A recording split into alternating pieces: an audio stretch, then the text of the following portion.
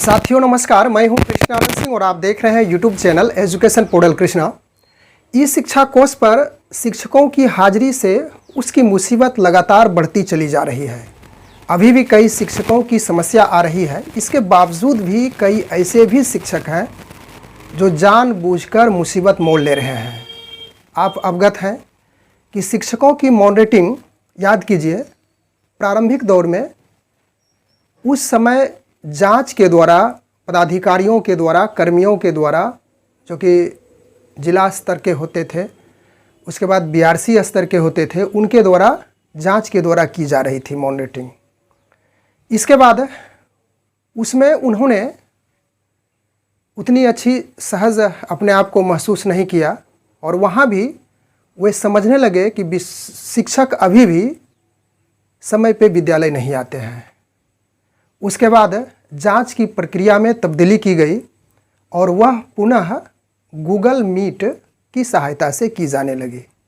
Google meet में आप याद कीजिए, लिंक भेजा जाता था और एक प्रखंड में, एक बीआरसी में कई विद्यालय का नाम उसमें रहता था और वहाँ पे शिक्षक उस गूगल मीट की सहायता से अपनी उपस्थिति, यानी कि जो निर्धारित समय है उसके द्वारा हाजिरी बनाते थे कि विद्यालय में उपस्थित हो गए हैं। गूगल मीट की समाप्ति हुई, वहाँ भी विभाग ने सहज महसूस नहीं किए और उसे छोड़ करके पुनः नोट कैमरा की सहायता से इंडिविजुअली, यानी कि प्रत्येक शिक्षकों की हाजिरी बनाई जाने लगी। उसके बाद यह भी कुछ दिन यह प्रक्रिया चली नोट कैमरा की सहायता से। उसमें अक्षांश, देशांतर, उसके बाद टाइमिंग, तिथि सारी रिकॉर्ड होती थी, वह भी चली। लेकिन कुछ दिन के बाद यह भी शिथिल हो गई। उसके बाद अब जा कर के ई शिक्षा कोष से 25 जून 2024 से यह प्रक्रिया प्रारंभ हो चुकी है। कुछ महीने इसे ट्रायल पर रखा गया था। शिक्षकों को कहा गया था कि आप भली भांति इससे अभ्यस्त हो जाएं, फ्रेंडली हो जाएं। उसके बाद जब सही रूप से आपकी उपस्थिति बनने लगेगी तो इसी के आधार पर, ई शिक्षा कोष ऐप से जो आपकी उपस्थिति दर्ज हो रही है, इसी के आधार पर आपका वेतन मिलेगा। लेकिन अब ऐसा समय आ चुका है, जो डेडलाइन दी गई थी वह 1 अक्टूबर से अनिवार्य हो गया है। हालांकि पत्र में या तो पेपर के माध्यम से आप देखे होंगे, पढ़े होंगे इस समाचार को, तो कहीं कहीं पे लिखा रहता है कि 1 अक्टूबर से वेतन आपका जो पिछला सितंबर महीने का है वह प्राप्त होगा।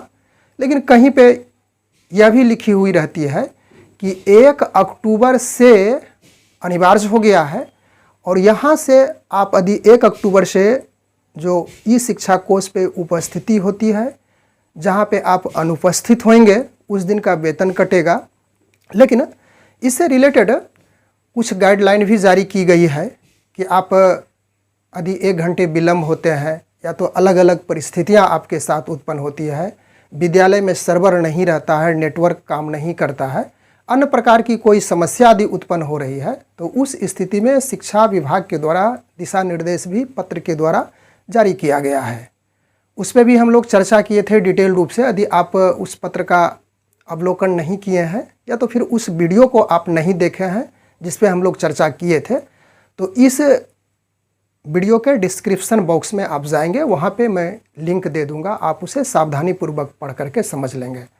खास करके हम लोग इस वीडियो में बात करने के लिए उपस्थित हुए हैं कि अभी भी बहुत सारे शिक्षक कुछ न कुछ गलती कर रहे हैं। इसके बावजूद भी बहुत सारे शिक्षक विद्यालय में मौजूद होकर के भी उसका जो डिस्टेंस दिखा रहा है वह भी ठीक नहीं हुआ है। विभाग के द्वारा जानकारी देने के बाद अभी भी उसे दुरुस्त करने में कामयाब नहीं हो पाए हैं। लेकिन बहुत सारे शिक्षक अभी भी ऐसे हैं जो विभाग से उनको संपर्क करके अपना जो पोजीशन है डिस्टेंस का, उसको दुरुस्त कर लेने की आवश्यकता है। अन्यथा यदि आप यहाँ से सही समय पे अटेंडेंस नहीं बनाएंगे, सही समय पे विद्यालय से नहीं जाएंगे, तो आप मुसीबत में पड़ सकते हैं।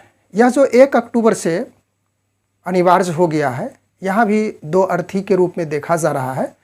और यह अस्पष्टता उसी स्थिति में हो सकती है जब सितंबर महीने का वेतन अक्टूबर में मिल जाएगा। लेकिन मेरे दृष्टिकोण से, मेरा जो सेंस कर रहा है, मेरी जो समझ है, उस अनुसार से 1 अक्टूबर से ही काउंटिंग होगी और नवंबर महीने में जो 1 अक्टूबर का वेतन मिलेगा वह इसी उपस्थिति के आधार पर होगी।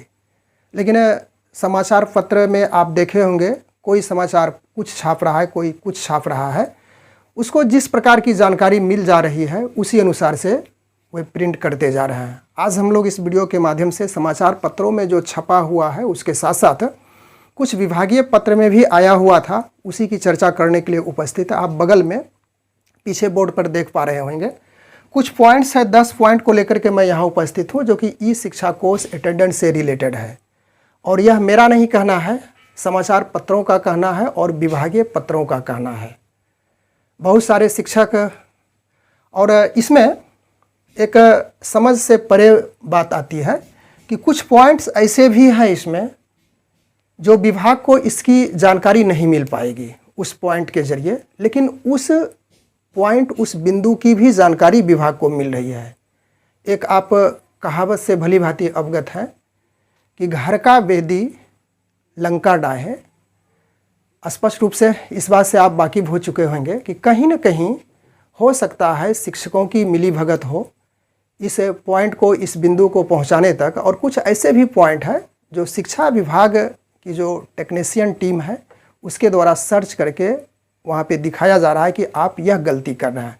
तो चलिए हम लोग अधिक समय नहीं गवाएंगे, मुद्दे पे आते हैं। पहला इसका पॉइंट है, सुबह ऑनलाइन हाजिरी, शाम को बिना आउट निकल जाना। स्पष्ट हो चुके हैं कि सुबह में ऑनलाइन आप हाजिरी बना रहे हैं, लेकिन शाम में किसी कारणवश कोई समस्या उत्पन्न हो गई हो, या तो फिर आप इस तरह के बार बार करते हो, आदत से लाचार हो, पहले भाग रहे हो, तो ऐसी स्थिति में आप सोच लेते हैं कि चलो आउट नहीं होते हैं, तो वह भी आपके लिए समस्या उत्पन्न हो रही है। उसका टाइमिंग रिकॉर्ड होगा, टाइमिंग तो यहाँ पे रिकॉर्ड नहीं होगा, लेकिन आउट नहीं जब करेंगे तो स्पष्ट रूप से विभाग समझ जाएगी कि आप विद्यालय से पहले निकल करके घर की ओर रवाना हो चुके हैं। हो सकता है आने वाले भविष्य में इस ऐप पे यह भी विभाग की ओर से सुधार किया जा सकता है कि जब विद्यालय आप आते हैं तो उस समय फ़ोटो आपका कैप्चर सेव होता है। हो सके तो विभाग इस पर मंथन करेगी, सोचेगी कि अंत में जब आप विद्यालय से जा रहे हैं तो उस समय भी फ़ोटो कहीं सेव होने की समस्या, सेव होने की बातें, सेव होने का जो फ़ोटो है वह भी ना कहीं ऐप में सुधार करके ला दे।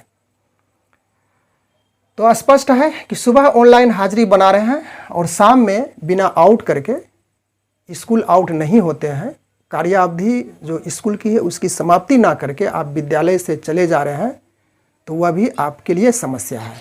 यह पेपर में छपा हुआ है। उसके बाद दूसरा पॉइंट है, एक ही मोबाइल से 2 या 2 अधिक शिक्षकों की हाजिरी।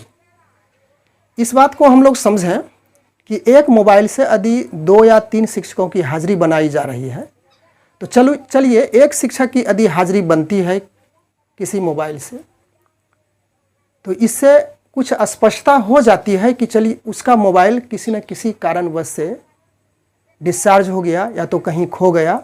यह स्थितियां कब उत्पन्न हो सकती है? कभी कभार महीने में। लेकिन यदि आप कंटिन्यू इस बात को दोहराते हैं, एक ही मोबाइल से 2-3 शिक्षक हाजिरी बना रहे हैं, तो यह भी समस्या है। लेकिन यह समस्याएं जो पेपर में छपी है, एक ही मोबाइल से 2 या अधिक शिक्षक हाजिरी बनाना, यह हमें उचित नहीं लगता है। क्योंकि सुबह सवेरे जब विद्यालय कोई शिक्षक आता है तो उसके पास सारी सुविधाएं होती है, और एक ही किसी सहायक शिक्षक के मोबाइल से अन्य सहायक शिक्षक या अन्य लोग हाजिरी बना रहे हैं, तो यह अनुचित है, ऐसा नहीं हो सकता है। लेकिन पेपर की बातें हैं, आप तक पहुंचाने का मैं प्रयास कर रहा हूं। अनेक पेपर में इस प्रकार की बातें छपी थी, अलग अलग पेपर में, जिसको मैं एक जगह एक पॉइंट पे लाने का प्रयास किया हूं, जो कि हर बिंदु को समझ लें एक ही समय में। उसके बाद तीसरा पॉइंट है, स्कूल आईडी से 2 या 2 से अधिक शिक्षकों की हाजिरी बनाना। स्कूल आईडी विद्यालय के जो प्रधान है उसे ही एडमिन मॉड्यूल खोलने का अधिकार है। तो उस स्थिति में यदि स्कूल आईडी से हाजिरी बनाई जा रही है, तो उस शिक्षक के अलावा जो विद्यालय प्रधान है उसकी भी समस्या उत्पन्न हो सकती है। यह बातें कही गई है कि आप अलग अलग जो इंडिविजुअल आईडी आपको प्राप्त हुआ है उसी आईडी की सहायता से आप अटेंडेंस बनाएंगे। स्कूल आईडी उसी स्थिति में आप बनाएंगे जब कोई समस्या आपके पास उत्पन्न हो। अगला है चौथा पॉइंट, कई शिक्षकों द्वारा स्कूल में मोबाइल रख देने की सूचना। अब इस पॉइंट को देखिए, 1, 2, 3, यह पॉइंट विभाग की ओर से इसकी जानकारी प्राप्त की जा सकती है। विभागीय टीम है, उसका जो टेक्नीशियन टीम है उसकी जानकारी तो ले सकता है, लेकिन इस चौथे पॉइंट को देखिए, कई शिक्षकों द्वारा स्कूल में मोबाइल रख देने की सूचना। इस पॉइंट को कोई भी विभाग जानकारी नहीं ले सकती है। यदि इस प्रकार की जानकारी उन्हें प्राप्त हो रही है तो कहाँ से प्राप्त हो रही है? कोई अन्य शिक्षक या कोई अगल बगल के कोई आदमी, चाहे जो भी हो, विभाग को इसकी सूचना दे रहे हैं कि कई शिक्षक विद्यालय में मोबाइल रख दिए हैं और दूसरा मोबाइल यानी कि डबल मोबाइल रखे, एक विद्यालय में उनका रहता है, लेकिन सुबह में तो उसको आना होगा क्योंकि सेल्फी जा रहा है। शाम की बात रही, अन्य सहायक शिक्षक उसके मोबाइल से जो विद्यालय में रखा हुआ उससे लॉग आउट हो सकते हैं, यानी कि विद्यालय आउट हो सकते हैं, लेकिन सुबह में तो आना होगा। तो यही बातें हमने पहले ही चर्चा किया था कि जब ऐसी समस्या उत्पन्न हो रही कि शिक्षक मोबाइल रख के चले जा रहे हैं तो वहाँ भी यह बातें ज़रूर स्पष्ट होगी विभाग को कि अब कहीं ऐसा क्यों नहीं किया जाए कि शाम में भी सेल्फी लिया जाए, फ़ोटो लिया जाए, उसको भी सेव करके रखा जाए। चलिए आगे बात करते हैं 5वें पॉइंट पे। 4:30 से पहले कई शिक्षक निकल रहे हैं। 4 बजने के बाद शिक्षकों को जो आधे घंटे का टाइमिंग होता है वह पहाड़ सा लगता है। उस टाइमिंग को पार करने में काफ़ी ऐसा प्रतीत होता है कि बोझिल हो चुका है। जो 9 से 4:30, 9 बजे के पहले ही शिक्षक आ रहे हैं, उसके बाद विद्यालय में हाज़िरी बनाने के लिए उसको लोकेशन मिलाना पड़ता है, उसके बाद फिर डिस्टेंस को सेटल करना पड़ता है, कम लाना पड़ता है, कभी कभी डिस्टेंस सेटिंग करने के बाद भी नहीं हो पा रहा है। तो इस वजह से शिक्षक 9 बजे से पहले ही विद्यालय आ रहे हैं और सेटिंग करते करते उसे 9 बज जाता है। उसके बाद 4:30 बजने के बाद विद्यालय से बाहर निकलने की बातें हैं, लेकिन 4 बजे के बाद फिर उसी प्रकार की बातें होने लगती है। तो वहाँ पे टाइमिंग निर्धारित है कि 4:30 से पहले कई शिक्षक निकल रहे हैं। तो यह जो आधे घंटे की टाइमिंग है, इसी में पेशेंस बनाने की ज़रूरत है। यहाँ पे उबना नहीं, आप उतना देर तक विद्यालय में रहे और आधे घंटे के लिए आप उबेंगे तो निश्चित रूप से आपकी समस्या बढ़ सकती है। से पहले जो शिक्षक निकल रहे हैं उनकी 1 सेकंड 1 मिनट की भी टाइमिंग रिकॉर्ड हो रही है और इनकी टाइमिंग से रिलेटेड भी स्पष्टीकरण शिक्षकों पर आ चुका है। उसके बाद 6ठा पॉइंट है मार्क ऑन ड्यूटी करने पर स्पष्टीकरण।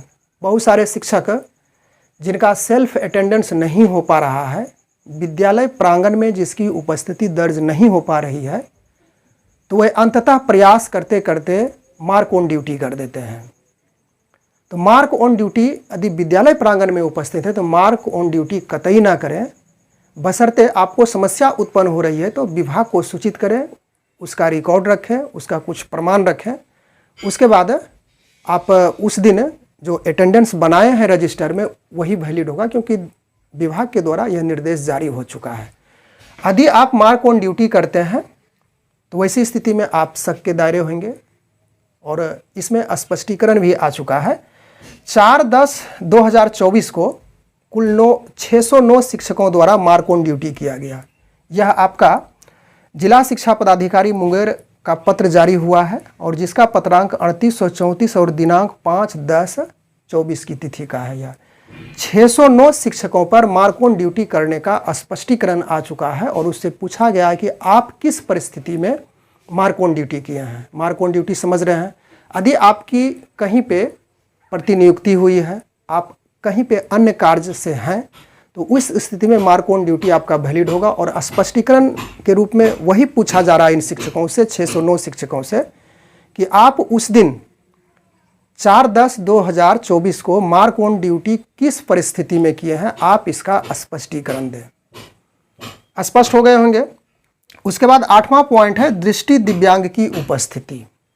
यह भी एक प्रश्न चिन्ह है कि प्रारंभिक दौर में इस पे कोई वैसी ठोस रणनीति शिक्षा विभाग के द्वारा निर्देश नहीं दिया गया था, और अब जा कर के एक पत्र जारी हुआ है, आप पत्र बगल में देख भी सकते हैं। इस पत्र में कहा गया है कि जो दृष्टि दिव्यांग है, जो आँख से दिव्यांग है, जिसे दिखता नहीं है, तो वह कैसे अटेंडेंस बनाएंगे। तो उस पत्र में स्पष्ट निर्देश है कि स्कूल के जो एडमिन है, स्कूल के जो प्रधान शिक्षक है, उसी को स्कूल का एडमिन बनाया गया है। तो स्कूल एडमिन मॉड्यूल की सहायता से प्रधान शिक्षक इनकी उपस्थिति दर्ज करेंगे। तो यह अब जा कर के इसका स्पष्टीकरण हुआ है दृष्टि दिव्यांग शिक्षकों के लिए।